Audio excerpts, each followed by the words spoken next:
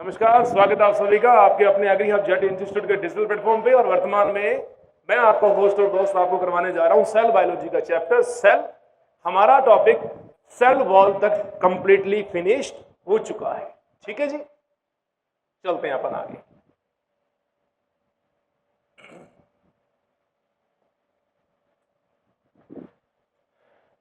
Prokaryotic cells के बारे में कल हमारी स्टडी चल रही है, राइट। प्रोकैरियोटिक सेल्स के बारे में अपन पढ़ रहे थे।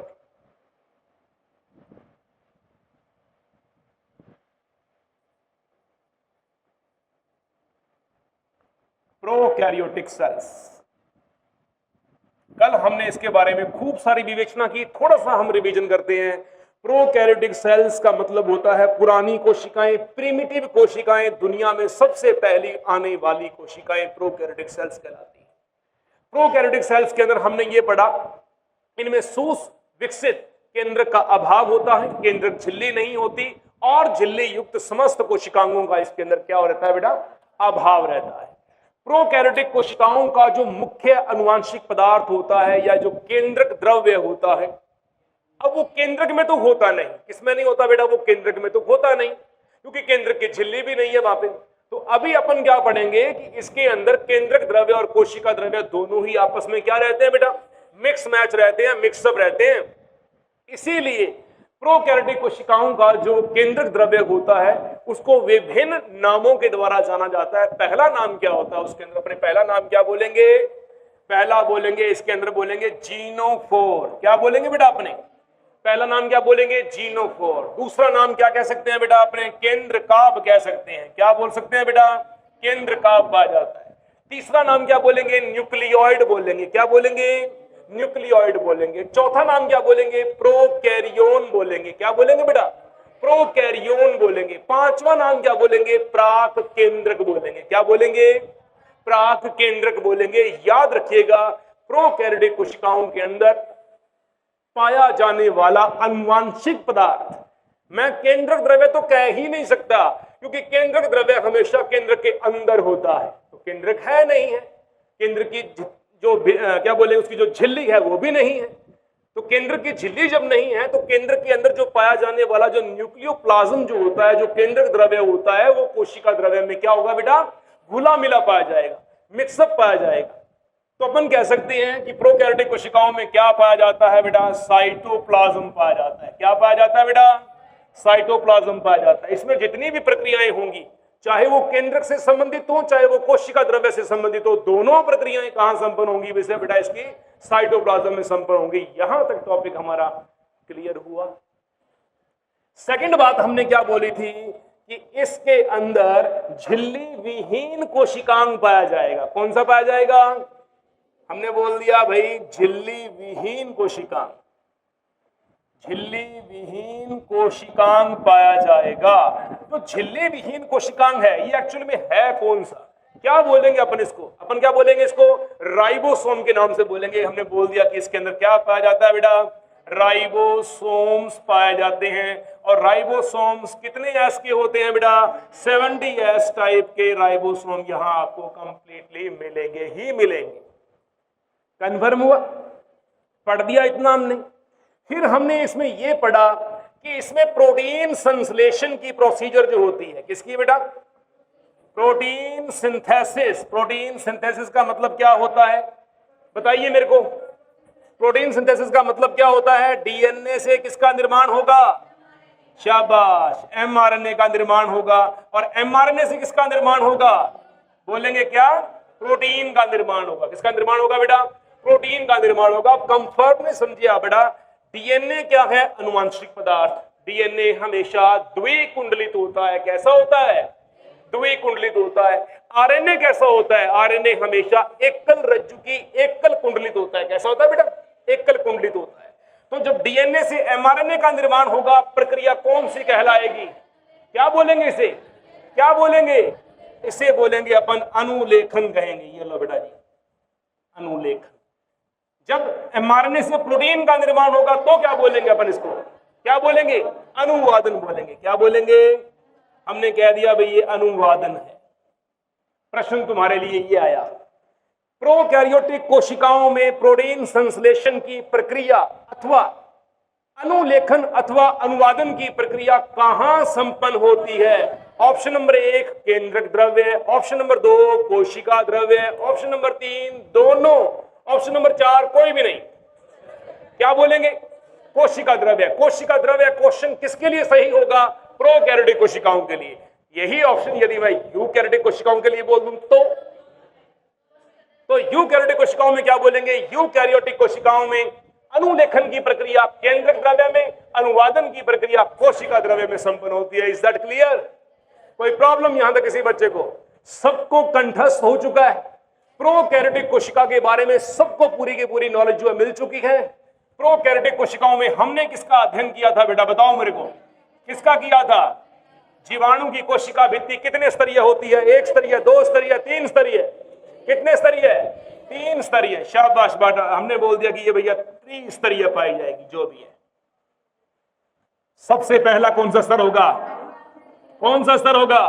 बाहरी स्तर। फिर कौन सा होगा? कौन सा होगा बेटा? मध्य स्तर। फिर कौन सा होगा? इंटरनल स्तर। हमने क्या बोल दिया? आंतरिक स्तर। मेरा इंग्लिश में लिखने का कोई आपको आपत्ति तो नहीं है? मैंने आपको सबको इंग्लिश हिंदी दोनों लिखवा चुका हूं मैं आपको। मैं बाह्य स्तर का नाम, रुको एक मिनट, बाह्य स्तर का नाम ग्लाइकोकैलिक्स। ग्लाइकोकैलिक्स यदि कठोर होगा तो क्या कहलाएगा? ग्लाइकोकैलिक्स यदि नरम होगा तो क्या कहलाएगा? स्लाइम परत। क्या कहलाएगा बेटा? स्लाइम परत कहलाएगा। कठोर होगा तो कैप्सूल, और यदि लचीला होगा तो क्या बोलेगा? स्लाइम लेयर बोलेंगे। कंफर्म हुआ? ग्लाइकोकैलिक्स के बारे में पता लग गया। ग्लाइकोकैलिक्स का मतलब होता है प्रोकैरियोटिक कोशिका, जीवाणु का नहीं, प्रोकैरियोटिक कोशिका का बाह्यतम आवरण। कंफर्म? मध्य स्तर, पीछे बताओ बेटा, पीछे वाली लाइन। प्रोकैरियोटिक कोशिका अर्थात जीवाणु कोशिका के मध्यम स्तर को क्या कहा जाता है? Option number 1, option number 1 glycocalyx, option number 2 plasma झिल्ली, ऑप्शन नंबर 3 कोशिका भित्ति, ऑप्शन नंबर 4 कोशिका द्रव्य। क्या बोलेंगे? कोशिका भित्ति, सेल वॉल बोलेंगे। क्या बोलेंगे बेटा? प्रोकैरियोटिक कोशिकाओं की, बैक्टीरिया की सेल वॉल पीछे वाली लाइन किसकी बनी होती है? म्यूरिन की, पेप्टाइडोग्लाइकेन की, म्यूकोपेप्टाइड की, तीनों पाए जाएंगे। कंफर्म हुआ? प्रोकैरियोटिक कोशिका अथवा जीवाणु कोशिका का सबसे भीतरी स्तर, सबसे आंतरिक स्तर, क्या नाम होता है उसका? प्लाज्मा झिल्ली। प्लाज्मा झिल्ली के द्वारा निर्मित कोई 3 संरचनाओं के नाम बताओ। नंबर 1 पे पहला क्या है? मीजोसोम। दूसरा फिब्री, तीसरा पिलीन। शाबाश। फिब्री में कौन सा प्रोटीन? फिब्रिन। अरे नया तो लगाना पीछे, फिब्रिन। और पिलाई के अंदर कौन सा आएगा? पिलीन। प्रोकैरियोटिक जीवाणु कोशिका की कौन सी संरचना यूकैरियोटिक कोशिकाओं में श्वसन की भांति काम करती है? कौन काम करती है? मीजोसोम। मीजोसोम की उत्पत्ति किस स्तर के द्वारा होती है? कौन सी संरचना के द्वारा होती है? प्लाज्मा मेम्ब्रेन के द्वारा होती है। भाई कुछ पीछे बचा क्या?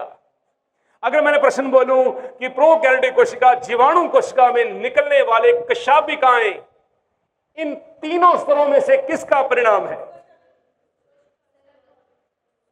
ठीक है मैडम, कोशिका भित्ति, सेल वॉल, कौन सा स्तर है ये? मध्यम स्तर है। बताओ कोई दिमाग में प्रश्न बचा है क्या? कुछ रहा है क्या? क्या एनसीईआरटी बोर्ड में इतना दिया होता है क्या? नहीं दिया होता। ठीक है, सीधा आपसे प्रश्न पूछ लिया, आप बैक्टीरिया क्यों पढ़ रहे हो? क्या सर हम बैक्टीरिया को इसलिए पढ़ रहे हैं कि जीवाणु कोशिका भित्ति सहित छोटी कोशिका है। तो सर माइकोप्लाज्मा को क्यों नहीं पढ़ते? भैया उसमें कोशिका भित्ति होती ही नहीं। बात समझ में आई? उसमें कोशिका भित्ति होती ही नहीं। प्रोकैरियोटिक का ढांचा खत्म। अब मैं कराऊंगा यूकैरियोटिक कोशिका। अभी तो प्रोकैरियोटिक के एग्जाम्पल करवाने में नहीं। ठीक है, तो अभी आज का जो हमारा टॉपिक चल रहा है वो कौन सा है? प्रोकैरियोटिक सेल्स के एग्जाम्पल। देखिए बेटा,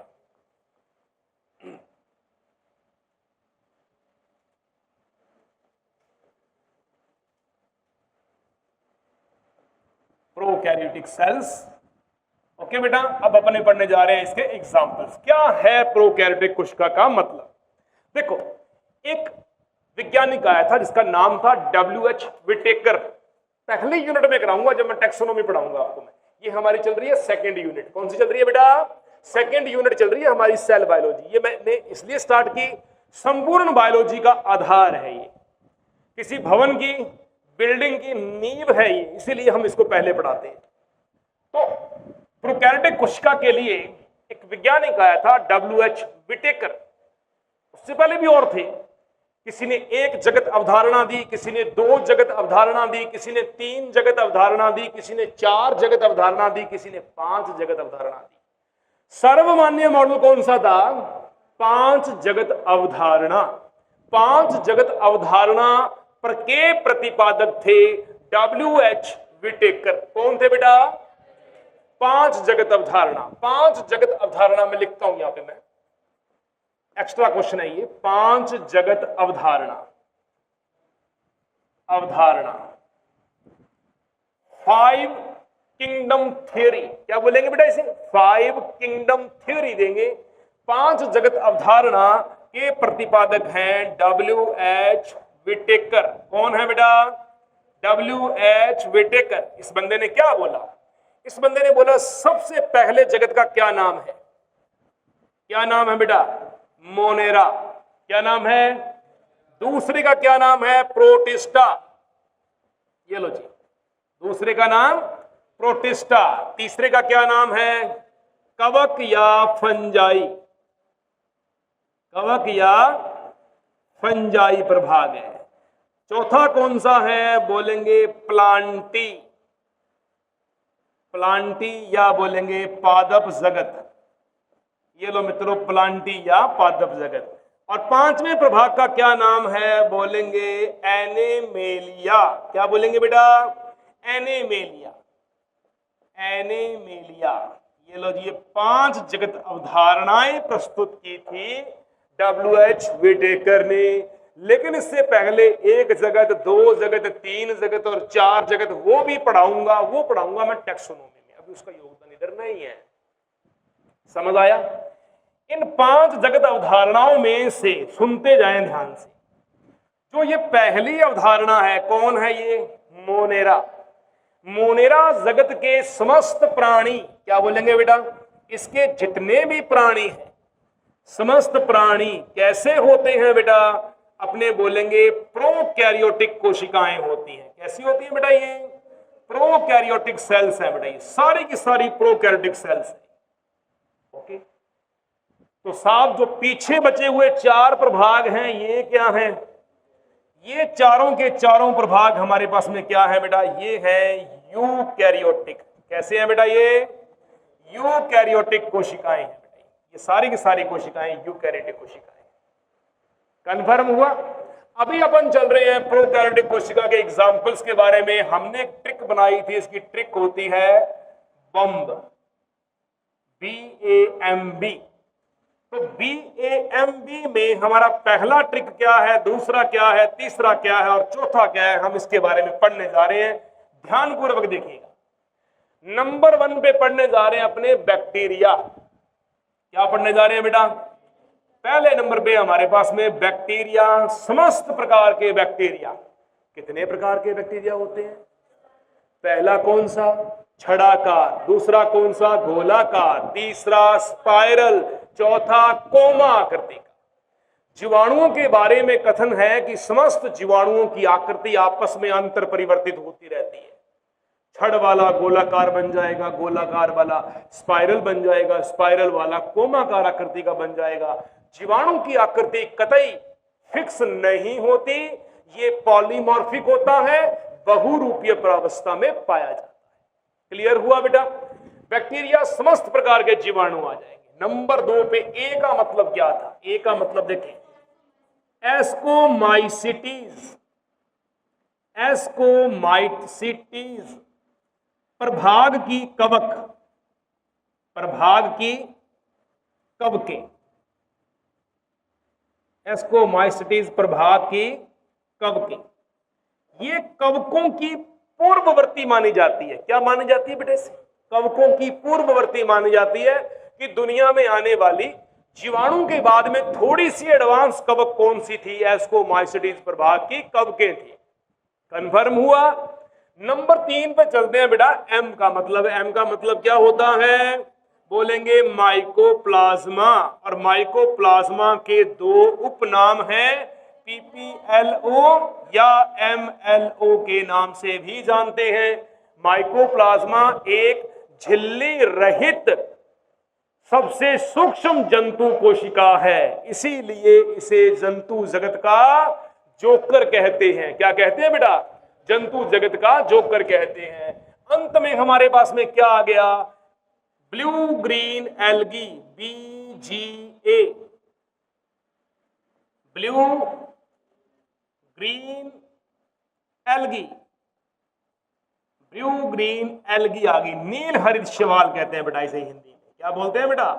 नील हरित शैवालों के नाम से इसे जाना जाता है, नील हरित शैवाल। अब इनके कुछ एग्जाम्पल्स करवाऊंगा आपको। सबसे पहले हम पढ़ेंगे एस्कोमाइसिटीज प्रभाग की कवकों के बारे में भी। ये कौन कौन सी कवकें हो सकती हैं? कन्फर्म हुआ? ये 4 उदाहरण किसके हैं? प्रोकैरियोटिक कोशिका। जीवाणु कैसे हो सकते हैं? बहुतायत प्रकार से। सभी बता चुका हूं आपको मैं। एस्कोमाइसिटीज प्रभाग की कितनी कवकें हैं? बोलेंगे 3। क्या? 3। बोलेंगे यार ये टॉपिक ने ना नाक में दम कर रखा है। क्या कर रखा है? नाक में दम कर रखा है। तो इसके लिए मैंने ट्रिक बना दी, NAC, नाक। क्या नाम बोल दिया? NAC, नाक। इसने नाक में दम कर रखा है। तो पहले N का मतलब क्या है? पहले N का मतलब है न्यूरोस्पोरा। क्या लिखेंगे बेटा? न्यूरोस्पोरा।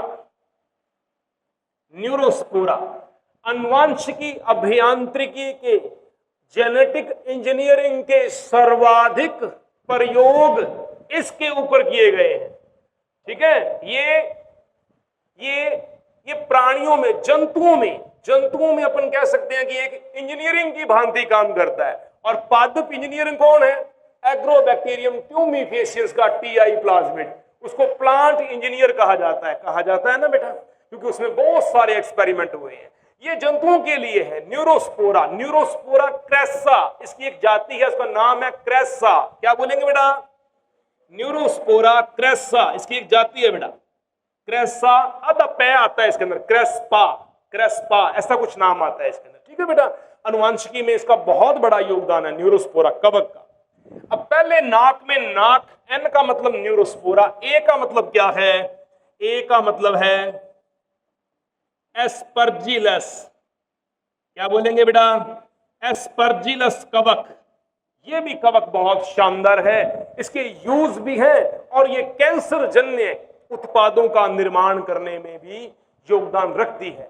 कभी कभी आपको बताऊं, मूंगफली के कुछ दाने खाते वक्त मुंह के अंदर गंदे से टेस्ट के आते हैं, उसको थूक देना चाहिए। वैज्ञानिक मानते हैं कि उसमें एस्परजिलस कवक का कुछ संक्रमण हो सकता है, वो कैंसर जन्य हो सकती है। तो ये एस्परजिलस है। तीसरे पार्ट में हम नाक का C पे चल रहे हैं। नाक सी का मतलब क्या है? क्लेविसेप्स। क्या बोलेंगे बेटा? ये लो जी, तीसरे का नाम है क्लेविसेप्स। तो बेटा ये 3 कवकें ऐसी कवकें हैं जिनको प्रोकैरियोटिक कोशिकाओं में रखा गया, जिनका उपयोग बायोलॉजिकल वेपन बनाने में, जैविक हथियार बनाने में काम में किया जाता है। समझ आई बात ध्यान से? यदि इस बम को, इस चारों एग्जाम्पल्स को मिला के कोई ऐसा एक जैविक बम बनाया जाए जिसका ना तो कभी धमाका होता है, ना ये आवाज करता है, बस ये रातों रात लाशों के ढेर लगा देता है। बात समझ में आई ध्यान से? ये एक बायोलॉजिकल वेपन है। इजराइल वाले और जो पीछे जो अफगान के साथ में युद्ध हुए थे ना बेटा, तो इस हथियार की धमकी दी जाया करती थी कि हम आपके ऊपर बायोलॉजिकल वेपन का प्रहार करेंगे। तो बायोलॉजिकल वेपन का प्रयाग क्या है? जैसे कोरोना आया था, कोरोना क्या था? रातों रात लोगों को अंडरग्राउंड करवा दिया उसने। कोई उसका कोई धड़का हुआ था क्या? या उसी कोई आवाज आई थी क्या? है ना? आवाज तो पुलिस वालों की आया करती जब पिछवाड़े पे डंडा पड़ा करते थे। ठीक है? तो ये एक प्रकार का बायोलॉजिकल वेपन तैयार हो सकता है बेटा इसके द्वारा। समझ आ गई बात बेटा? बैक्टीरिया सारे करवा दिए। एस्कोमाइसिटीज कवकों के 5 प्रभाग होते हैं। अभी सुन लो रिकॉर्डिंग क्लास में। पहला, सबसे पहला एस्कोमाइसिटीज प्रभाग, इसको एक्टिनोमाइसिटीज प्रभाग भी कहते हैं। ये प्रभाग बहुत सारे लक्षणों में जीवाणुओं से, प्रोकैरियोटिक कोशिकाओं से मिलता जुलता है। पीछे कितने बच गए इसके? 4 प्रभाग। Number 1 basidiomycetes, number 2 deuteromycetes, number 3 phycomycetes, number 4 ओवोमाइसिटीज। कवक के ये 4 प्रभाग किसमें चले जाएंगे? किसमें चले जाएंगे? यूकैरियोटिक कोशिकाओं में। तो आपने पूछा नहीं कि सर आपने तो यूकैरियोटिक कोशिकाओं के अंदर कवक को लिख रखा है, यहां आप प्रोकैरियोटिक में कवक को प्रोकैरियोटिक में पढ़ा रहे हो, हाउ कैन दिस पॉसिबल? पूछना चाहिए था ना कि सर आपने बोला कवक यूकैरियोटिक कोशिका है, अभी भी बोल रहा हूं, तो फिर आपने इस कवक को प्रोकैरियोटिक में क्यों लिखा? कवकों के 5 प्रभाग हैं, कवकों का पहला प्रभाग कौन है? प्रोकैरियोटिक। क्या बेटा? प्रोकैरियोटिक। और बचे हुए 4 प्रभाग कौन से हैं? यूकैरियोटिक। दोनों प्रश्न समझ में आ गए? डाउट क्लियर हो गया? कवकों किसके मैंने एग्जांपल बता दिए। चलते हैं माइकोप्लाज्मा के ऊपर।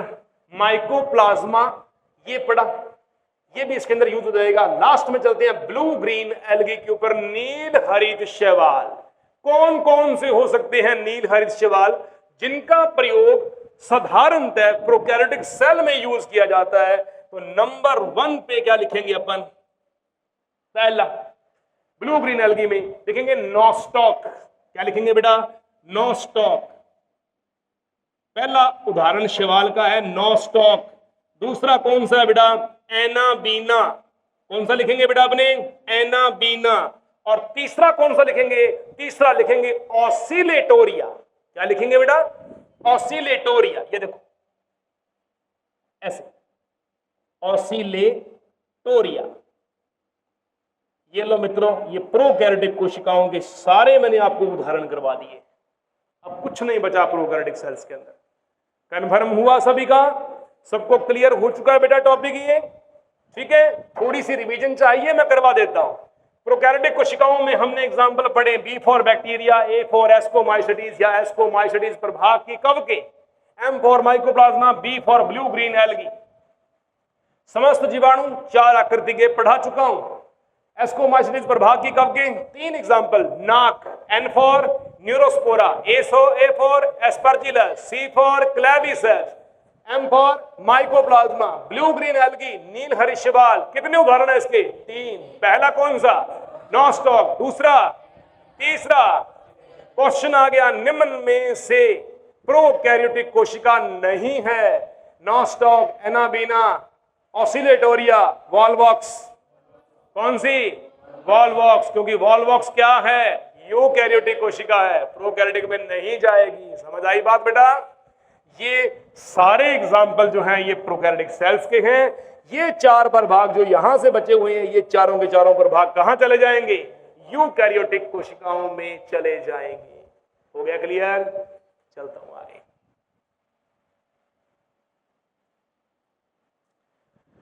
लो मित्रों, प्रोकैरियोटिक कोशिका संपन्न हुई, सेल वॉल कंप्लीट हो चुकी है। सेल वॉल के बाद में पढ़ाना है प्लाज्मा झिल्ली। तो प्लाज्मा झिल्ली पढ़ाने से पहले हम बात करेंगे यूकैरियोटिक कोशिका। ठीक है बेटा? देखो, यूकैरियोटिक सेल सुनते जाएं ध्यान से। अब यूकैरियोटिक सेल्स, यूकैरियोटिक सेल्स का मतलब शब्द समझे पहले। यू का मतलब क्या है? देखो, सबसे पहला होता है यू। यू का मतलब होता है ट्रू। क्या मतलब होता है बेटा? ट्रू, सत्य, सत्य। और कैरियोटिक, कैरियोटिक का मतलब होता है कैरियोन, केंद्रक। देखो, कैरियोटिक, कैरियोटिक का मतलब होता है कैरियोन, और कैरियोन का मतलब होता है केंद्रक का पाया जाना, केंद्र का पाया जाना। तो अपने क्या बोलेंगे? सुविकसित केंद्रक उपस्थित। क्या बोलेंगे बेटा इसके अंदर? सुविकसित केंद्रक इसमें उपस्थित होता है पहली बार। सुन लो ध्यान से, सत्य केंद्रक पाया जाता है इसके अंदर। डेफिनेटली बात है, यदि केंद्रक है तो केंद्रक झिल्ली भी है, केंद्रक झिल्ली भी है तो केंद्रक द्रव्य भी है, तो कोशिका द्रव्य भी है। सारा सामान उसके अंदर। और क्या सामान मिलेगा इसके अंदर? देखें, इसमें आपको सुविकसित, आपको केंद्रक मिलेगा, केंद्रक झिल्ली मिलेगी। मिल गई झिल्ली बेटा? इसके अलावा केंद्रक द्रव्य, जिसको बोलते हैं बेटा क्या? न्यूक्लियोप्लाज्म, व कोशिका द्रव्य, कोशिका द्रव्य जिसको क्या बोलते हैं बेटा? साइटोप्लाज्म। दोनों क्या मिलेंगे? पृथक पृथक मिलेंगे, दोनों पृथक पृथक मिलेंगे। ये लो बेटा, ठीक। अगली निशानी, अगली पहचान, समस्त झिल्ली युक्त कोशिकांग मिलेंगे।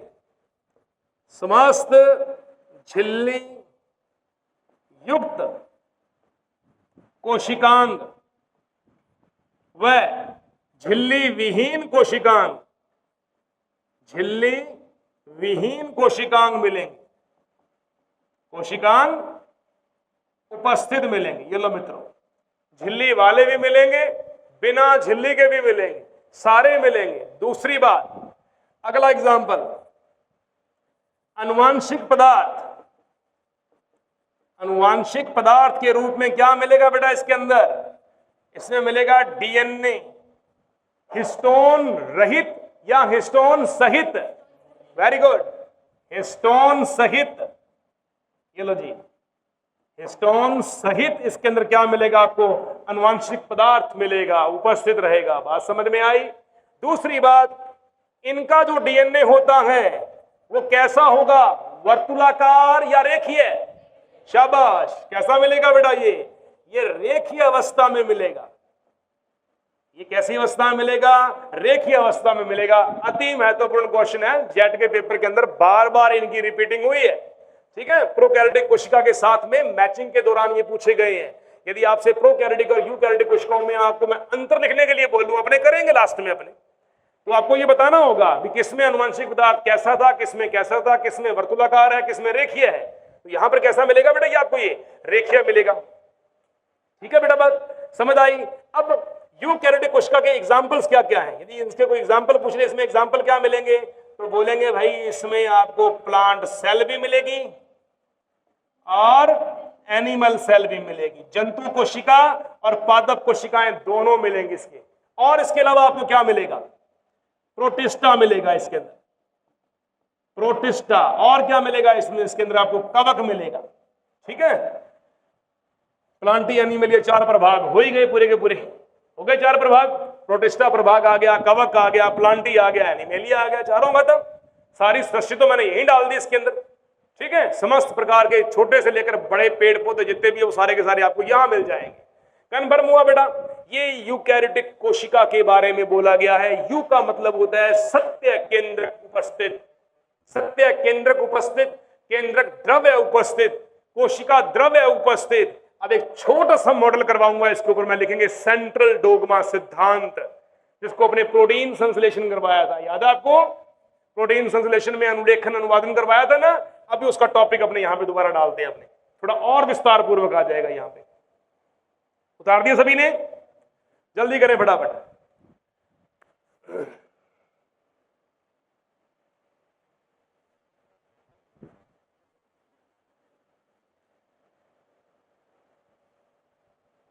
यू का मतलब भी क्या होता है? ट्रू। यू का मतलब ट्रू, सत्य। अच्छा एक बात बताऊं मैं, अगर क्वेश्चन आ जाए प्रोकैरियोटिक और यूकैरियोटिक दोनों कोशिकाओं में से पुरानी कोशिकाएं कौन सी है, और यूकैरियोटिक को क्या बोलेंगे? एडवांस्ड। क्या बोलेंगे? एडवांस। ये आद कोशिकाएं हैं, एडवांस सेल्स है। ये आद नहीं, आद को तो बोलते हैं प्रिमिटिव बोलते हैं, ये एडवांस्ड है, नए युग की है, ये नई सेल्स हैं। प्रोकैरियोटिक कोशिकाओं से बहुत ज्यादा ये एडवांस मानी जाती है, तो बोलेंगे ये एडवांस सेल्स होती हैं, ये एडवांस सेल्स होती हैं।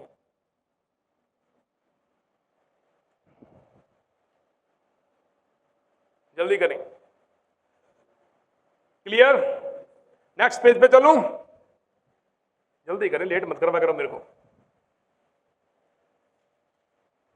ठीक है, समस्त झिल्ली युक्त कोशिकांग मिलेंगे इसके अंदर। जितने भी सेलुलर ऑर्गन्स पाए जा रहे हैं, चाहे वो डबल लेयर वाले हैं, चाहे वो सिंगल लेयर वाले हैं, चाहे वो मेम्ब्रेन लेस हैं, चाहे वो ऑर्गन के अंदर ऑर्गन है, वो सारे के सारे ऑर्गन अपने को यहां मिलेंगे।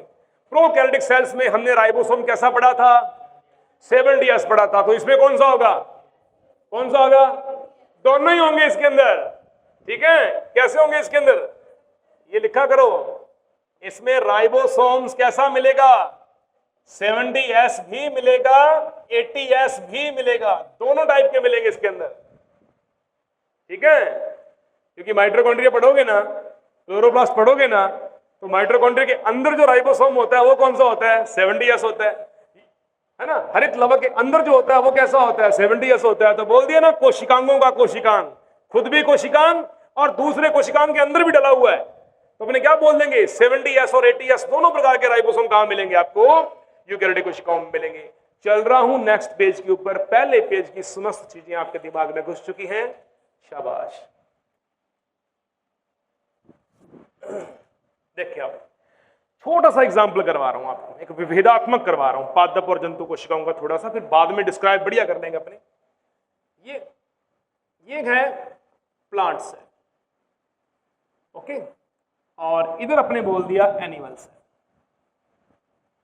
ये हमने कह दिया एनिमल सेल।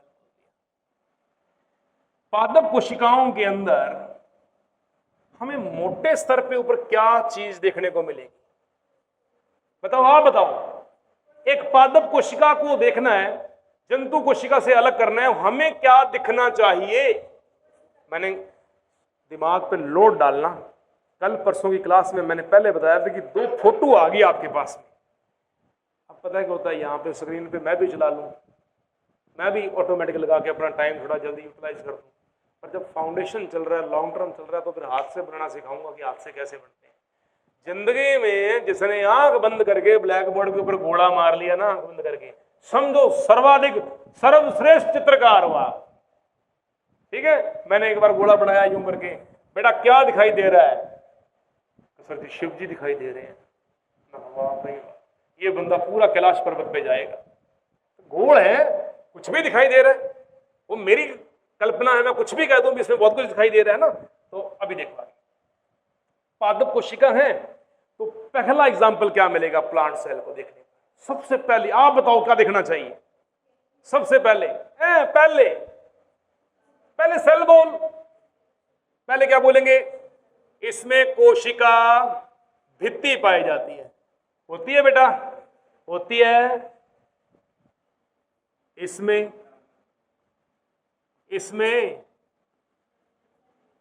अरे बोला करो, क्या पाई जाती है? प्लाज्मा मेम्ब्रेन पाई जाती है, सेल मेम्ब्रेन पाई जाती है। ये लो जी, इसमें प्लाज्मा मेम्ब्रेन पाई जाती है। कंफर्म हुआ कि नहीं हुआ? हो गया। नंबर 2 पे कोशिका, पादप कोशिका भित्ति की, पादप कोशिका की दूसरी पहचान, इसमें इसको कैसे कहेंगे कि भाई ये प्लांट सेल है? जो तू पहले बोल रही थी, इसमें केंद्रीय रिक्तिका पाई जाएगी। क्या पाई जाएगी? केंद्रीय रिक्तिका। अलग ही दिखाई देगी भाई, ये डायग्राम तो प्लांट सेल का ही है। तो बोल दिया केंद्रीय रिक्तिका पाई जाएगी। इंग्लिश में बोलते हैं सेंट्रल वैक्यूल। क्या बोलते हैं बेटा? Central vacuole, CV। ये सेंट्रल वैक्यूल है ना, ये अमीबा में बड़ी घातक तरीके से काम आती है, वहां पे बड़े काम करती है ये। वहां पे श्वसन नियमन, गैसीय नियमन, बड़े प्रश्नों का उत्तर केंद्रीय रिक्तिका आएगी अमीबा के अंदर। 60 से 70% अमीबा के अंदर प्रश्नों का उत्तर केंद्रीय रिक्तिका होती है। सुन के बाद ध्यान से बेटा, ये वहां इंपॉर्टेंट आएगी जब अपने पढ़ाएंगे। तो पहला हमने क्या दिया? सेल वॉल है। दूसरा क्या दिया? केंद्रीय रिक्तिका है। केंद्रीय रिक्तिका को पादप कोशिका का सेंटर कहा जाता है। क्या कहा जाता है? पादप कोशिका का सेंटर कहा जाता है। लिख लेना बेटा, ये तो कोशिका का केंद्र है बेटा। ये दो मैंने यही लिख दिया, हमने लिख दिया पादप कोशिका का, इसे केंद्र कहा जाता है, सेंटर कहा जाता है। अभी कौन सा सेंटर है? जो प्लांट के बिल्कुल बीचों बीच मिलेगा। कंफर्म हुआ भैया? चलता हूं तीसरे पार्ट के ऊपर। पादप कोशिकाओं में और क्या चीज दिखनी चाहिए जो ये बताते हैं कि ये हरे पादप हैं? Very sure. क्या बोलेंगे? प्लास्टिड, या बोलेंगे क्लोरोप्लास्ट। क्या बोलेंगे बेटा? क्लोरोप्लास्ट। हिंदी में बोलेंगे हरित लवक। क्या बोलेंगे? हरित लवक। तो मैंने तीसरा पॉइंट डाल दिया यहाँ पे कि इसके अंदर आपको क्या मिलेगा? प्लास्टिड मिलेगा, या मैं कह सकता हूं क्लोरोप्लास्ट।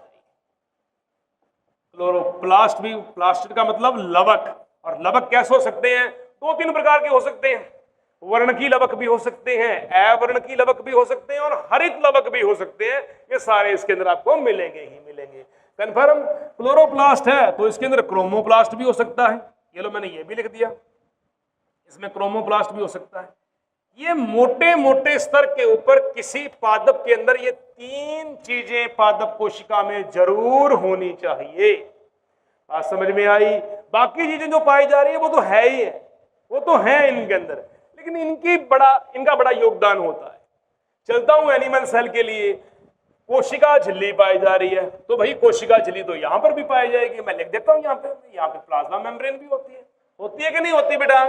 बताओ, मैंने क्या कहा था? जिन कोई भी दुनिया का ऐसा पादप नहीं है, ऐसा जंतु नहीं है, ऐसा जीव नहीं है जिसमें प्लाज्मा मेम्ब्रेन ना पाई जाए। समझाइए बात है? पादपों में भी प्लाज्मा झिल्ली है, जंतुओं में भी प्लाज्मा झिल्ली है, लेकिन कोशिका भित्ति जो है ना, वो कुछ जीवों में और पादपों में पाई जाएगी। जंतुओं में, प्राणियों में कोशिका भित्ति नहीं पाई जाती। कन्फर्म हुआ? याद हुआ? इस कोशिका झिल्ली के बारे में यदि बताएं तो कोशिका झिल्ली कैसी थी? कोशिका झिल्ली ऐसी थी, प्रोटीन लिपिड लिपिड प्रोटीन। थी या नहीं थी? दो प्रोटीन स्तरों के बीच में लिपिड का दोहरा स्तर पाया जाता है। कैसा पाया जाता है?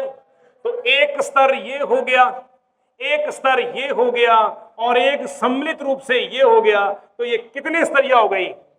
कितने स्तरीय हो गई? 3 स्तरीय हो गई। हम कोशिका झिल्ली के लिए किसका अध्ययन करते हैं? आरबीसी का अध्ययन करते हैं। किसका अध्ययन करते हैं बेटा? लाल रुधिर कणिकाओं का अध्ययन करते हैं। और हमने बताया था कि इसमें 52% क्या पाया जाएगा? प्रोटीन। और इसमें 40% इसमें क्या मिलेगा? लिपिड मिलेगा। क्या मिलेगा बेटा? लिपिड मिलेगा। कंफर्म हुआ ये चीजें? अब क्वेश्चन आता है, इसकी सेंटर ऑफ सेल तो आपने क्या बता दिया? केंद्रीय रिक्तिका। इसका सेंटर ऑफ सेल क्या होगा? क्या होगा बेटा? तारकाय। क्या बोलेंगे बेटा? तारकाय। या क्या बोलेंगे अपन इसको? सेंट्रोसोम बोलेंगे। क्या बोलेंगे बेटा? सेंट्रोसोम बोलेंगे। तो प्राणी कोशिका का, एनिमल सेल का, जंतु कोशिका का केंद्र किसे कहा जाता है? याद रखिए, ये केंद्र है कोशिका का, जंतु कोशिका का। इसे क्या माना जाता है बेटा? केंद्र माना जाता है। अच्छा, एक बात सुनो ध्यान से। हमने कहा कि पादपों में तो ये मिलेंगे, वर्णक मिले जा रहे हैं, प्रकाश संश्लेषण। ये क्या काम करते हैं बेटा? ये क्या काम करते हैं? ये फोटोसिंथेसिस करते हैं। क्या करते हैं बेटा? प्रकाश संश्लेषण करते हैं बेटा। क्या ये प्रक्रिया जंतुओं में पाई जाती है? नहीं पाई जाती। तो प्राणियों में क्या बोलेंगे? प्रकाश संश्लेषण जो होता है, इसका क्या पाया जाएगा बेटा? अभाव पाया जाएगा। फिर भी जो निम्न स्तरीय प्राणी है, क्या बोल रहा हूं बेटा मैं यहां पे? जो निम्न स्तरीय जो प्राणी है, इन प्राणियों में इनके स्थान पर इधर क्या मिलेगा? कल क्या बोला था मैंने? क्रोमेटोफोर्स। क्या बोले थे मैंने? क्रोमेटोफोर्स। क्या कहे थे? क्रोमेटोफोर्स वर्णक हो सकते हैं, हो सकते हैं। ऐसा नहीं कह रहा कि हमेशा ही होंगे। कुछ प्राणियों में, मैंने क्या लिखा हुआ है? निम्न स्तरीय प्राणियों में क्रोमेटोफोर हो सकते हैं। ये क्रोमेटोफोर, ये वर्णक होते हैं बेटा, ये प्रेजेंट हो सकते हैं। एनी डाउट किसी बच्चे को? कोई परेशानी? ये तुलनात्मक रूप से प्राथमिक मैंने आपको अंतर करवा दिए। सुन की बात ध्यान से बेटा, कंफर्म हो गया? ठीक है। जब अपने सेलुलर ऑर्गन पढ़ेंगे तब आपको यह भी बताऊंगा कि कौन सा कोशिकांग सबसे बड़ा होता है और कौन सा कोशिकांग सबसे छोटा होता है, वो भी बताऊंगा आपको, क्योंकि आपके पेपरों में कई बार आ जाता है वो क्वेश्चन। ठीक है ना? तो आपकी कोई कमी नहीं रहेगी इस पेपर के अंदर। उतार दिए सभी बच्चों ने? चलूं आगे अगले पेज में मैं? ठीक है, देखिए अब चलते हैं अपन यूकैरियोटिक कोशिकाओं के बारे में। यूकैरियोटिक कोशिकाओं के बारे में बताएंगे कौन कौन सा मटेरियल किधर किधर पाया जा रहा है। यूकैरियोटिक कोशिकाओं की बात सुन लो ध्यान से। देखो, यूकैरियोटिक सेल्स की बात चल रही है बेटा। अब देखो, अब पहला काम, एक सिद्धांत आया था जिसका नाम था सेंट्रल डोगमा। क्या नाम था बेटा? सेंट्रल डोगमा सिद्धांत कहते हैं बेटा इसे। हिंदी में लिख लेना, हिंदी में भी यही लिखा जाएगा, सेंट्रल डोगमा सिद्धांत। किसने दिया था बेटा? ये दिया था क्रिक ने। किसने दिया था बेटा? क्रिक। पूरा नाम वाटसन क्रिक के नाम से भी इसको जानते हैं। क्रिक ने सेंट्रल डोगमा सिद्धांत के मुताबिक क्या कहा? इसने कहा कि एक प्रोटीन संश्लेषण की प्रक्रिया होती है, प्रोटीन संश्लेषण की प्रोसीजर पाई जाती है किसमें? सुविकसित यूकैरियोटिक कोशिकाओं में, सुविकसित यूकैरियोटिक कोशिकाओं। हालांकि ये जो प्रोसीजर होती है वो प्रोकैरियोटिक में भी होती है, में भी पाई जाती है, पहले पढ़ा चुका हूं मैं। यहां थोड़ा सा अंतर विभेद करवाऊंगा। कैसे करवाऊंगा देखते जाइए आप। इसने कहा सर्वप्रथम कि डीएनए से एमआरएनए का निर्माण होता है, डीएनए से एमआरएनए का निर्माण होता है, एमआरएनए से बनता है प्रोटीन, एमआरएनए से बनता है प्रोटीन। अब चलते हैं अपने डायग्राम में। ये अपने पास में कोशिका है,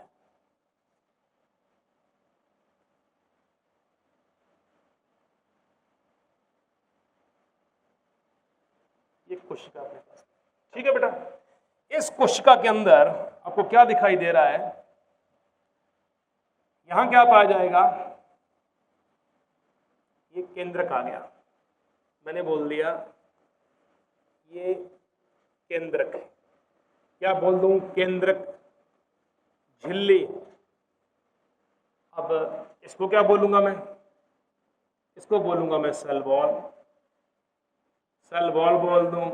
अगर ये सेल वॉल है, जहां मैंने सेल वॉल लिख दी, समझ लेना उसके साथ में चिपकी हुई क्या पाई जा रही है?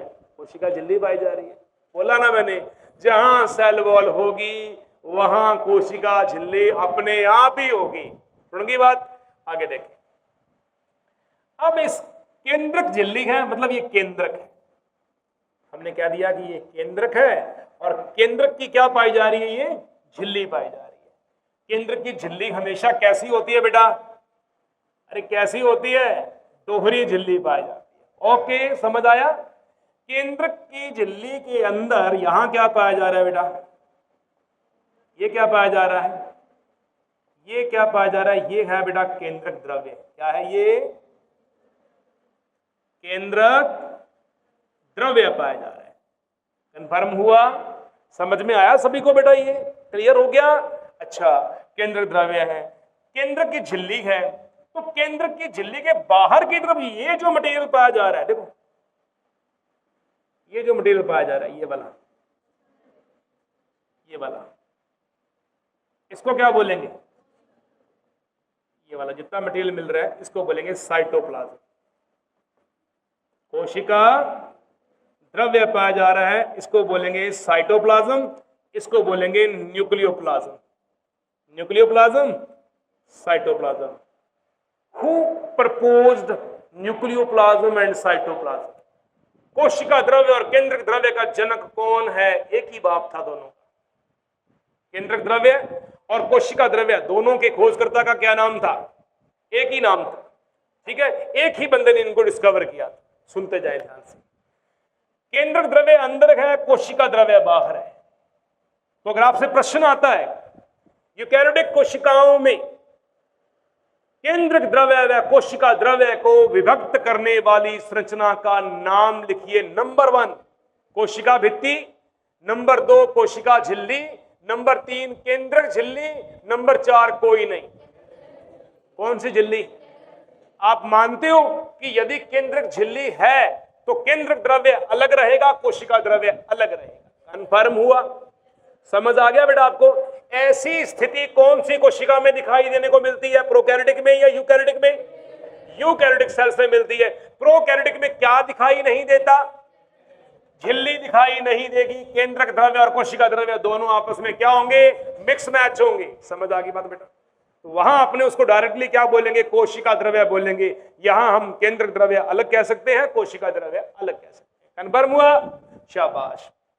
अब देखें, केंद्रक द्रव्य ये पड़ा हुआ है। केंद्रक द्रव्य में और क्या मिलेगा, सुनो ध्यान से। केंद्रक द्रव्य के अंदर, ये लो, केंद्रक द्रव्य में आपको छोटी छोटी छोटी ये एक संरचना मिलेगी, ये वाली, ये नगन संरचना होती है, कोई भित्ति नहीं होती बेटा इसके ऊपर। इसको क्या बोलेंगे, केंद्रिका। क्या बोलेंगे बेटा, केंद्रिका कहेंगे, न्यूक्लियोलस बोलेंगे। क्या बोलेंगे, न्यूक्लियोलस। और केंद्र को क्या बोलते हैं, न्यूक्लियस। क्या बोलेंगे बेटा, न्यूक्लियस। उसको क्या बोलेंगे, न्यूक्लियोलस। इसी भाषा में कह दो केंद्र की गरबाड़ी। ठीक है भाई, तो केंद्रिका मिल रही है। अब केंद्रक द्रव्य पाया जा रहा है, डेफिनेटली बात है। केंद्रक द्रव्य में क्या मिलेंगे, यहां मिलेंगे क्रोमेटिन कण। क्या मिलेंगे बेटा, क्रोमेटिन कण मिलेंगे। क्रोमेटिन कण शब्द का नाम किसने दिया, बोलेंगे फ्लेमिंग ने दिया। किसने दिया बेटा, इसका बापू कौन था, फ्लेमिंग। फ्लेमिंग ने क्रोमेटिन कणों का नाम दिया। ये क्रोमेटिन कण कहां पाए जा रहे हैं, यहां पाए जा रहे हैं। क्रोमेटिन कण कितने प्रकार के होते हैं, कितने प्रकार के होते हैं, 2 प्रकार के कण होते हैं। तो 2 प्रकार के कण हैं बेटा। एक कण का क्या नाम है, एक को बोलेंगे यूक्रोमेटिन। क्या बोलेंगे, यूक्रोमेटिन। दूसरे को क्या बोलेंगे, बोलेंगे हेटेरोक्रोमेटिन। क्या बोलेंगे बेटा, हेटेरोक्रोमेटिन। अब ये टॉपिक यहां करवा रहा हूं ना, तो ये अनुवांशिकी में भी करवाने की आवश्यकता नहीं पड़ेगी आपको, ये समझ लेना। 3-4 लेसनों के टॉपिक इसी में घुसड़ दिया मैंने पूरे के पूरे। याद ही तो करने हैं, दिक्कत क्या है, और करवाने कैसे, वो मेरी जिम्मेदारी है। ठीक है, यूक्रोमेटिन और हेटेरोक्रोमेटिन दोनों क्रोमेटिन कण कहां पाए जा रहे हैं, कैसे पाए जाएंगे, देखो कैसे पाए जाएंगे। अब जो बीच में पाए जा रहे हैं पतले पतले, ये वाले, ये वाले, ये तो है यूक्रोमेटिन। कौन से कण, अगर आपने को हेटेरोक्रोमेटिन बनाने हैं तो वो कैसे बनेंगे, वो देख लो, वो बनेंगे यूं, ये वाले बन गए। अब इनके नाम बताता हूं कैसे मैं। हेटेरोक्रोमेटिन को मैंने अंग्रेजी में बोल दिया HC। याद रहेगा या नहीं रहेगा, पक्का रहेगा। हिंदी में भी लिखा पड़ा है, डाउट वाली बात ही नहीं है। अगर बात चलते हैं अपने यूक्रोमेटिन की, तो यूक्रोमेटिन के लिए मैंने नाम डाल दिया EU, यूक्रोमेटिन। याद रहेगा। अब प्रश्न आ गया, आपसे पूछा जा रहा है क्वेश्चन, ध्यान पूर्वक चित्र देख के आंसर बताइए। केंद्रक झिल्ली के नजदीक पाए जाने वाले क्रोमेटिन कण कहलाते हैं, बोलो। केंद्रक द्रव्य के बीचों बीच पाए जाने वाले क्रोमेटिन कण कहलाते हैं। 2 प्रश्न हल हुए कि नहीं हुए। ये चित्र में भी ऐसे हैं और तुम्हारी बॉडी में भी ऐसे ही है। समझ लो मेरी बात ध्यान से, सुन गई बात। अब बात आती है दोनों का योगदान क्या है। योगदान ये है कि यूक्रोमेटिन अनुवांशिक रूप से, क्या बोलेंगे, अनुवांशिक रूप से अधिक सक्रिय होते हैं। कैसे होते हैं बेटा, अधिक सक्रिय है। तो यदि ये अधिक सक्रिय हैं तो ये क्या होंगे, ये कम सक्रिय होंगे। समझ आई, ये अनुवांशिक रूप से कम सक्रिय है, अनुवांशिक रूप से कम सक्रिय है। एनी डाउट, सारे क्लियर। रिपीट थोड़ा सा रिपीट। केंद्रक द्रव्य कहां पाया जा रहा है, क्वेश्चन पूछ रहा हूं आपसे मैं। दिखाई देने वाले चित्र में केंद्रक द्रव्य में पाई जाने वाली किन्हीं 3 संरचनाओं के नाम लिखो। नंबर 1 पे केंद्रिका, नंबर 2 पे क्रोमेटिन कण। क्रोमेटिन कण 2 प्रकार के। पहला प्रकार यूक्रोमेटिन। यूक्रोमेटिन केंद्रक में, हेटेरोक्रोमेटिन बाहर की ओर। यूक्रोमेटिन केंद्रक में, हेटेरोक्रोमेटिन बाहर की ओर। यूक्रोमेटिन सक्रिय, हेटेरोक्रोमेटिन अक्रिय। बात समझ में आई। यूक्रोमेटिन सक्रिय, हेटेरोक्रोमेटिन अक्रिय, कम क्रियाशील है। कोई डाउट है क्या। केंद्रिका कितनी पाई जा रही है, 1 पाई जा रही है। अब बात आती है कि ये जो केंद्रक द्रव्य है इसका संगठन क्या होता है, इसमें क्या क्या सामान पाया जाता है। इसमें सारा ही सामान मिलेगा। इतना उतार दिया सभी ने बच्चों, सबका उतारा हुआ है। नेक्स्ट स्लाइड पे चलूं, चलता हूं। अब देखो केंद्रक द्रव्य, केंद्रक द्रव्य में क्या क्या सामान मिलेगा? इसमें डीएनए मिलेगा, इसमें आरएनए मिलेगा, इसमें केंद्रिका मिलेगी। क्या मिलेगी? केंद्रिका। इसमें क्रोमेटिन कण मिलेंगे, और क्रोमेटिन कण दो प्रकार के, पहला यूक्रोमेटिन, दूसरा हेट्रोक्रोमेटिन। इसको एनएचसी भी कहा जाता है, non histone chromosomal protein, NHCP, sorry NHCP भी कहा जाता है। ओके, अब सुनो, इसमें डीएनए पॉलीमरेज भी पाया जाता है, इसमें आरएनए पॉलीमरेज भी पाया जाता है, ठीक है। इसमें एंडोन्यूक्लियेज भी पाया जाता है, एंडोन्यूक्लियेज भी पाया जाता है। इसमें कैल्शियम पेक्टेट भी मिलेगा, इसमें मैग्नीशियम पेक्टेट भी मिलेगा, इसमें राइबोन्यूक्लियेज भी मिलेगा। ये लो, ये सारा जुगाड़ जो है वो किसके अंदर पाया जा रहा है? केंद्रक द्रव्य में पाया जा रहा है।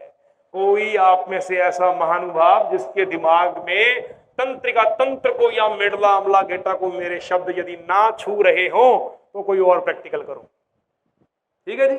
समझ आ गया पूरा का पूरा? ये सारी चीजें कहां मिलने वाली हैं? केंद्रक द्रव्य में मिलने वाली हैं।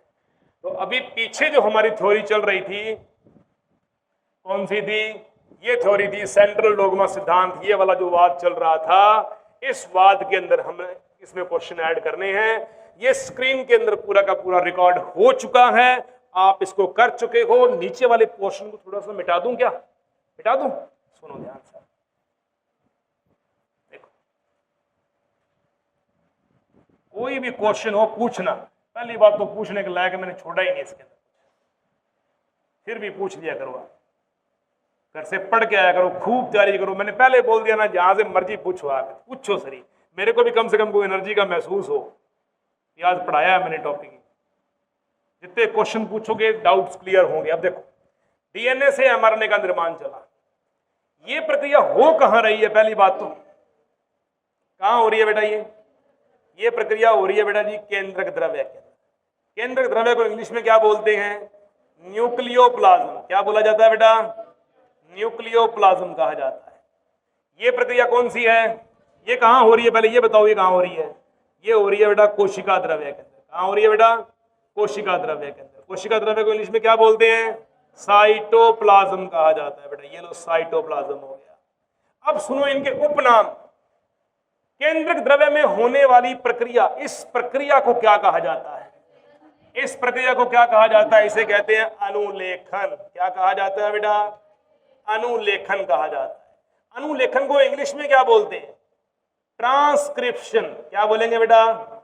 ट्रांसक्रिप्शन बोलेंगे, ट्रांसक्रिप्शन कहेंगे, अनुलेखन बोलेंगे इस प्रक्रिया। इसका दूसरा नाम भी है, इसको प्रतिलेखन के नाम से भी जानते हैं। किस नाम से जानते हैं? प्रतिलेखन के नाम से भी जानते हैं। ये लो मित्रों, इसको प्रतिलेखन के नाम से भी जानते हैं। 3 नाम हो गई, समझ हो गई। प्रश्न आ गया, केंद्रक द्रव्य में संपन्न होने वाली प्रक्रिया अनुलेखन कौन सी कोशिकाओं में संपन्न होती है? प्रोकैरियोटिक के यूकैरियोटिक? बताओ। यूकैरियोटिक। प्रोकैरियोटिक में केंद्र झिल्ली है ही नहीं भाई मेरे, ठीक है। कौन सी में होगी? यूकैरियोटिक में। समझ आ गई बात? केंद्रक द्रव्य के अंदर संपन्न हो रही है। बात क्लियर होगी? कंफर्म? कोई दिक्कत नहीं है यहाँ पे किसी बच्चे को? एमआरएनए बना प्रोटीन में। अब ये समान तो था केंद्रक द्रव्य में, कोशिका द्रव्य में कैसे निकला? सवाल आता है ना, कोशिका द्रव्य में निकल के कैसे आया? आ जाओ। अब देखो ध्यान से, ये छोटा कैसे होगा मेरे को ये नहीं पता। देखो सारा कुछ ही मिटा देगा ये तो।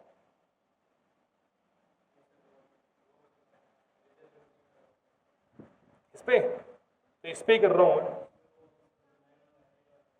ये वाला, ये वाला, या ये वाला, ये वाला, बीच वाला कर दिया। अब देखूंगा। एक सेकेंड एक सेकेंड एक सेकेंड एक सेकेंड एक सेकेंड, अपने पास में तरीका है, तो अपने लगा के देखते हैं इसको। ये बीच वाला बोलो ना आपने, ये वाला किससे मिट जाएगा? भाड़ में जाएगा, छोड़ो इसको। ये जो न्यूक्लियस प्लाज्म है, जो डीएनए है, ये कहां से निकलेगा? ये यहां से निकलेगा। कहां से निकलेगा? यहां से। ये यहां से डीएनए से यहां से ये बाहर निकल जाएगा। या छिद्र होते हैं इस झिल्ली के अंदर। क्या होते हैं बेटा? इस झिल्ली में पोर्स पाए जाते हैं। क्या पाए जाते हैं? पोर पाए जाते हैं, छिद्र पाए जाते हैं। तो इन छिद्रों के माध्यम से जो डीएनए होता है, वो डीएनए कहां आएगा? यहां आएगा। किस रूप में आएगा? अरे किस रूप में आएगा? यहाँ पे ये एमआरएनए के रूप में आएगा। डीएनए कहां है? केंद्रक द्रव्य में। डीएनए खुद कभी भी केंद्रक द्रव्य से निकलकर कोशिका द्रव्य में नहीं आता। वो क्या बनाता है? वो डीएनए क्या बनाता है? ये एमआरएनए यहां से निकलकर यहां आएगा। क्वेश्चन आया डीएनए क्यों नहीं आता? क्योंकि डीएनए द्विरज्जुकी होता है। कैसा होता है? डबल स्टैंडर्ड होता है, द्विरज्जुकी होता है। तो फिर एमआरएनए क्यों आता है? क्योंकि एमआरएनए सिंगल स्टैंड होता है। कैसा होता है बेटा? सिंगल स्टैंड, एकल रज्जुकी होता है। तभी ये केंद्रक झिल्ली में पाए जाने वाले छिद्रों से निकलकर कहां आ चुका है? ये अब ये कोशिका द्रव्य में आ चुका है। आ गया कोशिका द्रव्य में। स्वागत नहीं करोगे? ठीक है। अब ये एमआरएनए जो है, ये क्या करेगा? प्रोटीन का निर्माण करेगा। प्रक्रिया क्या कहलाएगी? इस प्रक्रिया को क्या बोलेंगे? इस प्रक्रिया को बोलेंगे अनुवादन। इस प्रक्रिया को बोलेंगे स्थानांतरण। क्या बोलेंगे? स्थानांतरण। ये प्रक्रिया, ये शब्द आपके एनसीईआरटी की किताब में लिखा हुआ है। स्थानांतरण। अंग्रेजी में क्या बोलते हैं इसे? ट्रांसलेशन। क्या बोलेंगे बेटा? ट्रांसलेशन कहेंगे इसे। ठीक है। ट्रांसलेशन, अनुवादन, स्थानांतरण के शब्द के रूप इसको बोला जाता है। तो ये अब एमआरएनए कहां आएगा? ये एमआरएनए कोशिका द्रव्य में आ गया है। और यहां कोशिका द्रव्य में पहले से ही हमारे पास में क्या उपस्थित है? झिल्ली युक्त सारे कोशिकांग और झिल्ली विहीन सारे कोशिकांग प्रेजेंट है। ठीक है। क्योंकि यहां हमारे पास में क्या पाए जा रहे हैं? सारे के सारे ये सारे, बहुत सारे हमारे पास में कोशिकांग पाए जा रहे हैं। कोई माइटोकॉन्ड्रिया, राइबोसोम, गोल्जी बॉडी, अंतःप्रतविशालिका, सब कुछ मिलेंगे। क्यों मिलेंगे? क्योंकि दिखाई देने वाली कोशिका कैसी है? यूकैरियोटिक कोशिका है। कैसी कोशिका है? यूकैरियोटिक कोशिका है। उतारो शब्द की पूरा। ये है सेंट्रल डोग्मा थ्योरी। आगे भी है ये। डीएनए से एमआरएनए बना तो क्या दिया? अनुलेखन। यदि एमआरएनए वापस इसको बना दे तो क्या बोलोगे? रिवर्स अनुलेखन। क्या बोलोगे? रिवर्स। अभी नहीं लिखना है, अभी जल्दबाजी मत करो, आगे टॉपिक में करवा दूंगा, ज्यादा हो जाएगा ये। ठीक है। अभी नहीं करना, अभी इतना ही उतारो बस। ये प्रोसीजर जो होती है, ये केंद्रक द्रव्य में ऐसे होती है, ये कोशिका द्रव्य में ये ऐसे होती है। ठीक है। फटाफट चलते हैं, यूकैरियोटिक के कुछ कोशिकाओं के नाम लिखते हैं और स्टार्ट करते हैं हमारी प्लाज्मा झिल्ली, आज का जो हमारा लास्ट टॉपिक रहेगा। ठीक है बेटा, उतार दिया सब बच्चों ने ये? चलो अगले पेज के ऊपर। ठीक है जी, देखिए कौन सा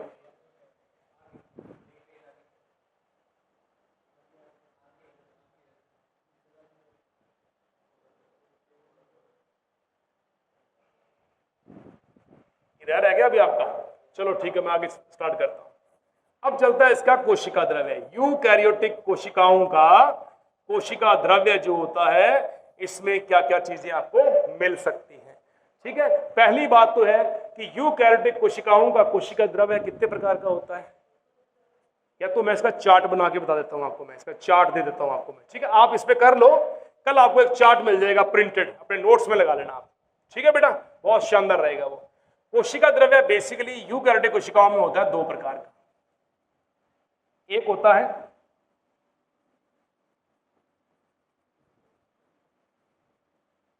ट्रोफोप्लाज्म। क्या होता है बेटा? और एक होता है हाइलोप्लाज्म। क्या होता है बेटा? हाइलोप्लाज्म।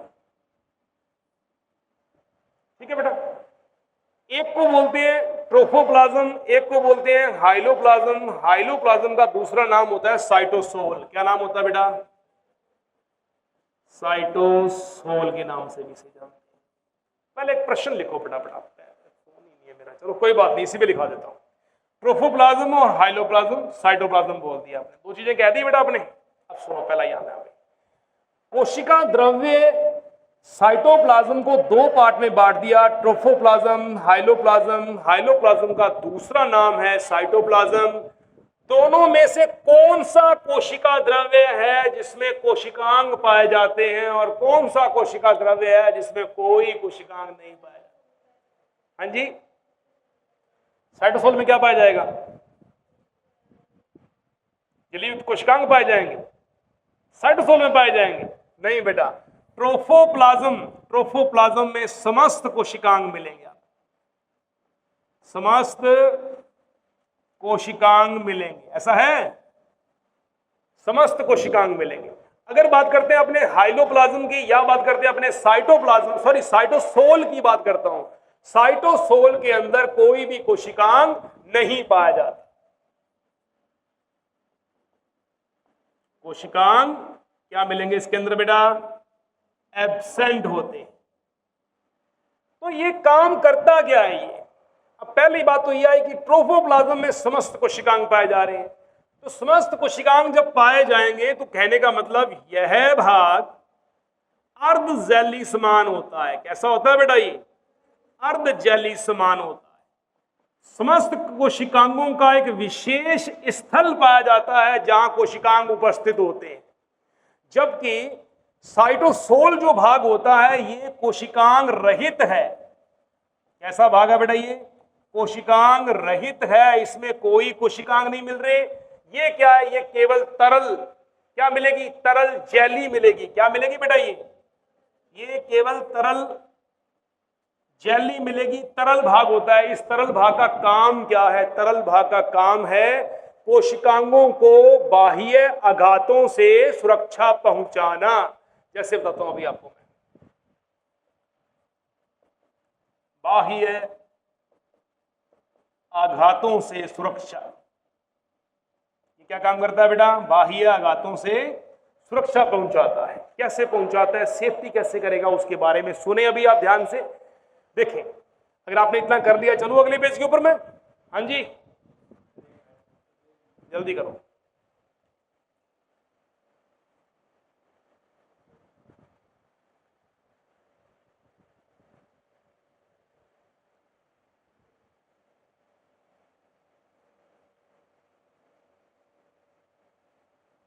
हो गया? लो देखो बात, अभी ये सेल बनाई थी अपने, इस सेल के अंदर ये हमने बताया कि ये न्यूक्लियस है, इसके अंदर पाया जा रहा है न्यूक्लियोप्लाज्म पाया जा रहा है। साइटोप्लाज्म की बात बोलूं तो साइटोप्लाज्म कहां मिलेगा? इसके अंदर बाहर की ओर मिलेगा। साइटोप्लाज्म यहां तक मिलेगा इसके अंदर।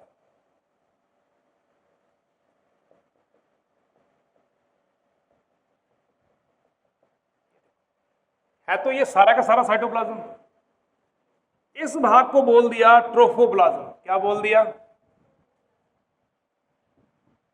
इस भाग को बोल दिया ट्रोफोप्लाज्म। क्यों बोल दिया? क्योंकि इसके अंदर सारे के सारे क्या मिल रहे हैं बेटा आपको? कोशिकांग मिल रहे हैं। जैसे ये माइटोकॉन्ड्रिया मिल गया, ऐसे करके कुछ यूं करके। ये इसमें क्या मिल गई? अंतःप्रदवी जालिका मिल गई। ये लाइसोसोम मिल गए इसके अंदर। ये एक इसके अंदर हरित लवक मिल गया। ये बहुत सारे कोशिकांग मिले जा रहे हैं। ये राइबोसोम मिल गया, ये सीलिया मिल गया, ये कुछ तारक तंतु मिल गए, कुछ और मिल गया, वगैरह वगैरह जो मिल गया इसके अंदर सारे कोशिकांग मिलेंगे। लेकिन इसका ये जो बाहरी भाग है, इतना भाग जो है, ये भाग क्या है? ये है साइटोसोल। ये क्या है बेटा? साइटोसोल भाग है। साइटोसोल का मतलब होता है कोशिकांग विहीन भाग। यहां कोई भी झिल्ली युक्त या झिल्ली विहीन कोई कोशिकांग नहीं मिलेगा। इसको बोलेंगे कोशिकांग विहीन भाग। विहीन भाग मिले, कोई कोशिकांग यहां नहीं पाया जाता। तो अब होता क्या है? काम क्या है इसका? अब एक बैलून है, बड़ा सारा गुब्बारा है। आप उस गुब्बारे में घुस जाओ और उसमें अब हवा भर दें। अगर मैं आपको लात मारूं तो क्या वो लात आपको लगेगी? ईमानदारी से बताओ, क्या वो लात आपको लगेगी? क्या नहीं लगेगी। बाहर से कोई लकड़ी भी मारे तो क्या वो लकड़ी आपको लगेगी? नहीं लगेगी। लकड़ी कहां लगेगी? जो हवा भरी हुई है उस हवा में लगेगी। सपोज यहां कोई पत्थर आ गया, आता तो नहीं है, बाई चांस आ गया, कोई चोट लग गई, मान लो यहां से कोई धक्का लग गया, धक्का लगेगा तो ये स्तर अंदर की तरफ यूं धसेगा, अंदर की तरफ यूं धसेगा, धसेगा, चोट इस स्तर को लगेगी, इस कोशिका द्रव्य वाले भाग को कोई चोट नहीं लगेगी। समझ आ रही है मेरी बात? समझ आ रही है? बाहर से कोई भी आघात करोगे, कोई भी धक्का मुक्की होगी, कुछ भी कोई घटना घटती है, उस घटना का प्रभाव ट्रोफोप्लाज्म युक्त कोशिकांगों वाले भाग पर नहीं पड़ता। ये कोशिकांगों वाला भाग है, इसके ऊपर कोई प्रभाव नहीं पड़ता। इसीलिए कहा जाता है कि साइटोसोल भाग कोशिकांग विहीन भाग है, और ये भाग किसी भी कोशिका को बाह्यतम आघातों से सुरक्षा पहुंचाता है। Topic clear? समझ आ गया? तो ये क्या कर रहा है? ये सुरक्षा पहुंचाता है। ये एक प्रकार का सुरक्षात्मक क्या है बेटा? कवच की भांति काम करता है। ठीक है बेटा, ये थी यूकैरियोटिक कोशिका के अंदर संभावित संरचनाएं। इसके अलावा जितने भी झिल्ली युक्त कोशिकांग हैं वो सारे यूकैरियोटिक कोशिकांगों के अंदर आपको मिलेंगे ही मिलेंगे। कंफर्म हुआ? समझ में आया टॉपिक आपको? ये बाहर मेरा फोन पड़ा होगा, राकेश सर से फोन लेके आना, उसमें कुछ क्वेश्चन है, मैं क्वेश्चन करवाता हूं आपको, जल्दी करो फटाफट। नया टॉपिक अभी चलते हैं अपन। उतारने वाला रह गया क्या? उतारने जल्दी कर। अभी चलते हैं, अभी आपको टॉपिक करवाता हूं एक शानदार, एक लाइन के अंदर 8 से 10 क्वेश्चन क्लियर हो जाएंगे आपके पूरे। देखो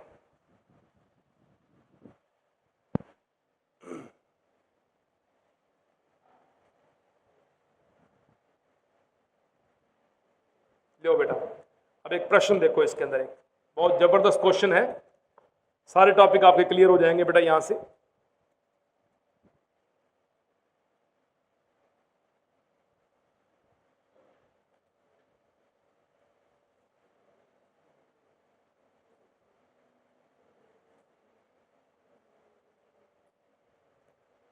देखो बेटा, यूकैरियोटिक कोशिकाओं के बारे में, प्रोकैरियोटिक कोशिकाओं के बारे में मैंने बता दिया कि प्रोकैरियोटिक कोशिकाओं के अंदर बेसिकली कोई समसूत्री विभाजन नहीं होता, कोई अर्धसूत्री विभाजन नहीं होता। डायरेक्टली वहां पे क्या पाया जाता है? फ्रीली डिवीजन पाया जाएगा, मुक्त विभाजन पाया जाएगा ना। यूकैरियोटिक कोशिकाओं के अंदर एक क्वेश्चन तो पहले आप यहाँ पे ये लिखो, सबसे पहला काम क्या लिखोगे कि जब इतना कुछ पाया जा रहा है, जब केंद्र द्रव्य अलग है तो कोशिका द्रव्य अलग है, सारी सामान यहाँ पे इसके अंदर आपको मटेरियल अलग अलग मिलता है, तो डेफिनेटली बात है एक विशेषता क्या आएगी? सुविकसित समसूत्री और अर्धसूत्री विभाजन पाया जाता है। नंबर 1 पे ये लिखो, सुविकसित समसूत्री व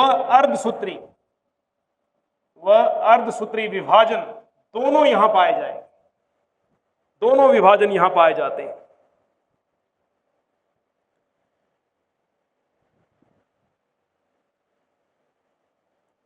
ओके, कन्फर्म हुआ? अभी नेक्स्ट पेज पे टॉपिक चल रहा है अपना। ये टॉपिक, ये लिखवाई जाने वाली चीजें किसके लिए हैं बेटा? ये चीजें किसके लिए हैं? ये चीजें हैं आपकी यूकैरियोटिक कोशिकाओं के लिए। तो देखो, क्वेश्चन का क्वेश्चन है और टॉपिक का टॉपिक है। सबसे पहले क्या बेटा हमारे पास में? सेल। लिखें आप सभी बच्चे, सेल के अंदर क्या पाया जाएगा? सेल के अंदर पाया जाएगा बेटा आपका प्रोटोप्लास्ट। प्रोटोप्लास्ट, ये बहुत शानदार क्वेश्चन है। प्रोटोप्लास्ट के अंदर क्या मिलेगा आपको? Protoplasm. Protoplasm, protoplast, protoplasm. Protoplasm के अंदर क्या मिलेगा बेटा आपको? साइटोप्लाज्म। अभी तो मैं टॉपिक करवा के गया हूं। और साइटोप्लाज्म के अंदर आपको क्या मिलता है? क्या मिलता है बेटा? साइटोप्लाज्म के अंदर आपको साइटोसोल मिलेगा। क्या मिलेगा? साइटोसोल मिलेगा, साइटोसोल मिलेगा। 2 भाग मिल गया। ये 5 टॉपिक है, हिंदी में लिखो चाहे इंग्लिश में लिखो, जिसमें मर्जी लिखो आप। क्लियर हुआ? किसी कोशिका के अंदर क्या पाया जाता है? प्रोटोप्लास्ट पाया जाता है। प्रोटोप्लास्ट को बोलेंगे अपन जीव द्रव्य। क्या बोलेंगे? अब प्रोटोप्लाज्म आ गया तो इसे क्या बोलेंगे? इसे हिंदी में क्या बोल देंगे? प्रोटोप्लाज्म। ये हमारे पास में आ गया कोशिका द्रव्य। कोशिका द्रव्य, और ये कोशिका द्रव्य का कौन सा भाग आ गया? जिसमें कोशिकांग नहीं है। जिसमें कोशिकांग होते हैं वो कौन सा भाग है? ट्रोफोप्लाज्म। कौन सा पार्ट है बेटा? कौन सा पार्ट है? वो ट्रोफोप्लाज्म। मैंने वो भी लिख देता हूं, उसको हम बोल देंगे ट्रोफोप्लाज्म। अब देखो, हमारे पास में कोई कोशिका है। क्या है बेटा? कोशिका है। यदि कोशिका की कोशिका भित्ति को उड़ा दिया जाए, पहले समझो बाद में लिखना। हमने क्या कर दिया? कोशिका भित्ति क्या कर दी? यहां से रिमूव कर दी। कोशिका की कोशिका भित्ति को हटा देने पर कौन सी संरचना बनती है? अरे कौन सी बनती है? प्रोटोप्लास्ट बनती है। क्या बनती है बेटा? प्रोटोप्लास्ट बनती है। इसे क्या बोलेंगे? प्रोटोप्लास्ट। क्वेश्चन क्या आया? कोशिका भित्ति रहित कोशिका क्या कहलाती है? क्या कहलाती है? अब इस प्रोटोप्लास्ट में से यदि मैं अजैविक पदार्थ, कौन से पदार्थ बेटा? अजैविक पदार्थ रिमूव कर दूं, हटा दूं यहां से। ये लो जी, मैंने हटा दिए, हटा दिए यहां से। नॉन लिविंग मटेरियल को हटा दिया तो क्या बन गया हमारे पास में?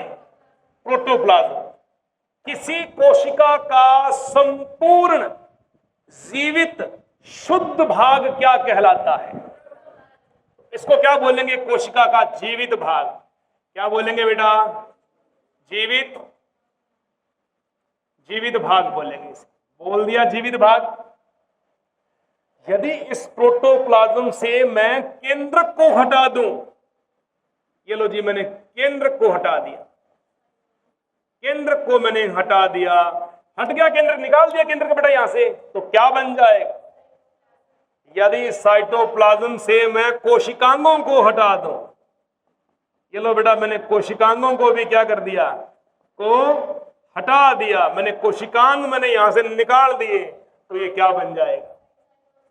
कैसा लगा? कितने क्वेश्चन कम हो गए अपने कंप्लीट? कि कोई कोशिका है, यदि किसी कोशिका से कोशिका भित्ति को हटा दिया जाए तो क्या बनता है? प्रोटोप्लास्ट में से, जीव द्रव्य में से यदि अजैविक पदार्थों को हटा दिया जाए तो क्या बनता है? प्रोटोप्लाज्म बनता है। तुम्हारे मुंह में छाले हैं क्या? प्रोटोप्लाज्म बनता है। तो प्रोटोप्लाज्म में से यदि मैं केंद्र को हटा दूं तो क्या बनेगा? साइटोप्लाज्म से यदि मैं कोशिकांगों को हटा दूं तो क्या बनेगा? और बना हुआ जो स्तर है, जो संरचना है, वो कोशिका की किससे सुरक्षा करती है? बाह्य आघातों से। सुरक्षात्मक स्तर कौन है? ये है कोशिका द्रव्य का वह भाग जिसमें समस्त कोशिकांग सुविकसित रूप से पाए जाते हैं। वो क्या कहलाता है? वो क्या कहलाता है? और जिस भाग के अंदर कोशिकांग होते ही नहीं उसे क्या बोलेंगे? समझ आ गया? अब तुम्हें लगता नहीं क्या किताब के चित्र गलत है? कोशिकांग ही कोशिकांग भरे पड़े होते हैं, भरे पड़े होते हैं। क्या वो सही है या फिर ये सही है? लग गया पता? एनसीईआरटी के किताबों के डायग्राम देखते हो तो किताब के डायग्राम क्या वो गलत है। क्यों? क्योंकि वो उसमें बताया ही नहीं है। बिल्कुल कोशिका भित्ति के नजदीक तक उन्होंने क्या कर रखे हैं बेटा? कोशिकाओं के कोशिकांग ही बना रखे हैं, वो गलत होते हैं। हमेशा बात याद रखना ये ध्यान से। तो दोबारा इसके ऊपर क्वेश्चन लिखने की आवश्यकता नहीं पड़ेगी, रिवीजन कर रहे हैं।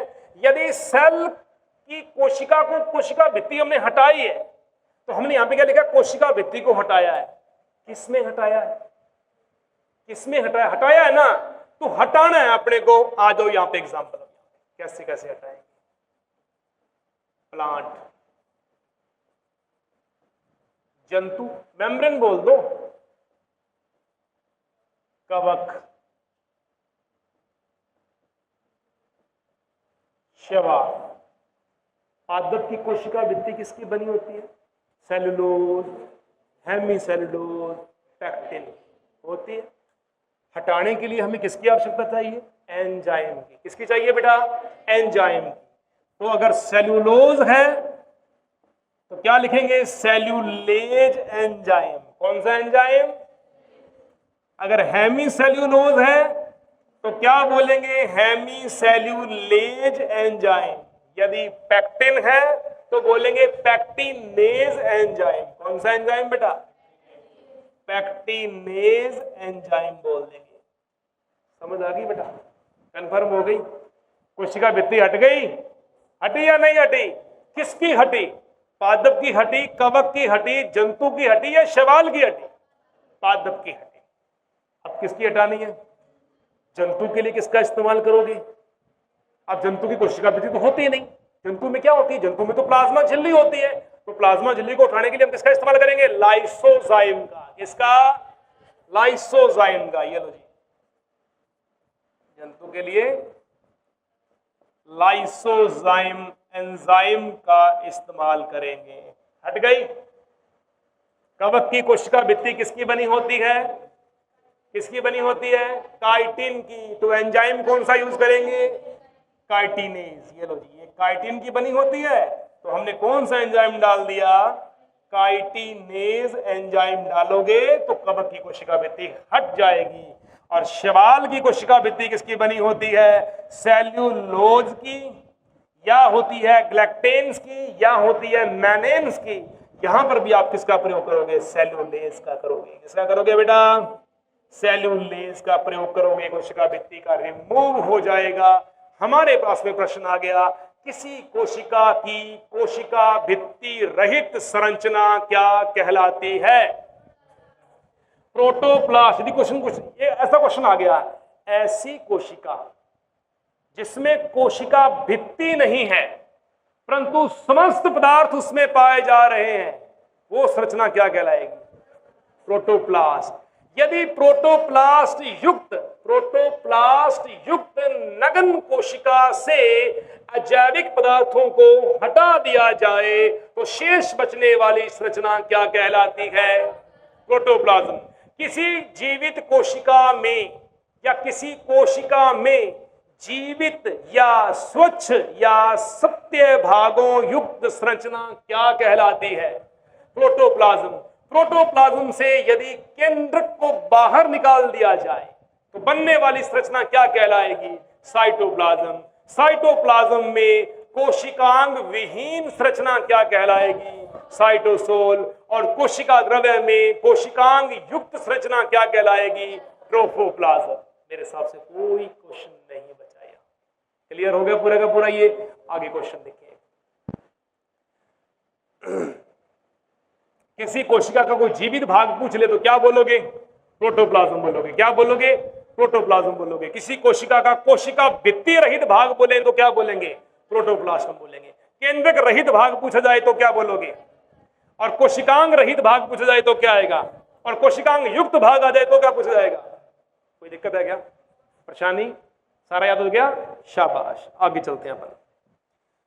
हाँ जी, अभी अपने टॉपिक पे चल रहे हैं बेटा। टाइम क्या हो गया? पहले टाइम देखने दो मेरे को। बस एक सेकंड भाई साहब, एक सेकंड प्लीज। ठीक है, जंतु कोशिकाओं के लिए टॉपिक स्टार्ट कर रहा हूं। Plasma membrane. लगाओ भी हेडिंग फटाफट। Plasma membrane. प्लाज्मा मेम्ब्रेन कोशिका झिल्ली के बारे में बेटा अपने, मक्खी तो नहीं बैठी यहां? प्लाज्मा झिल्ली के बारे में टॉपिक चल रहा है बेटा अपना। ठीक है, इसके ऊपर 3-4 चीजें लिखवा रहा हूं बेटा। पहली बात, हम जो प्लाज्मा झिल्ली का अध्ययन कर रहे हैं, क्या वो आप में कर रहे हैं? बोलो यस। हम आपकी कौन सी कोशिका का अध्ययन कर रहे हैं? प्लाज्मा झिल्ली के लिए।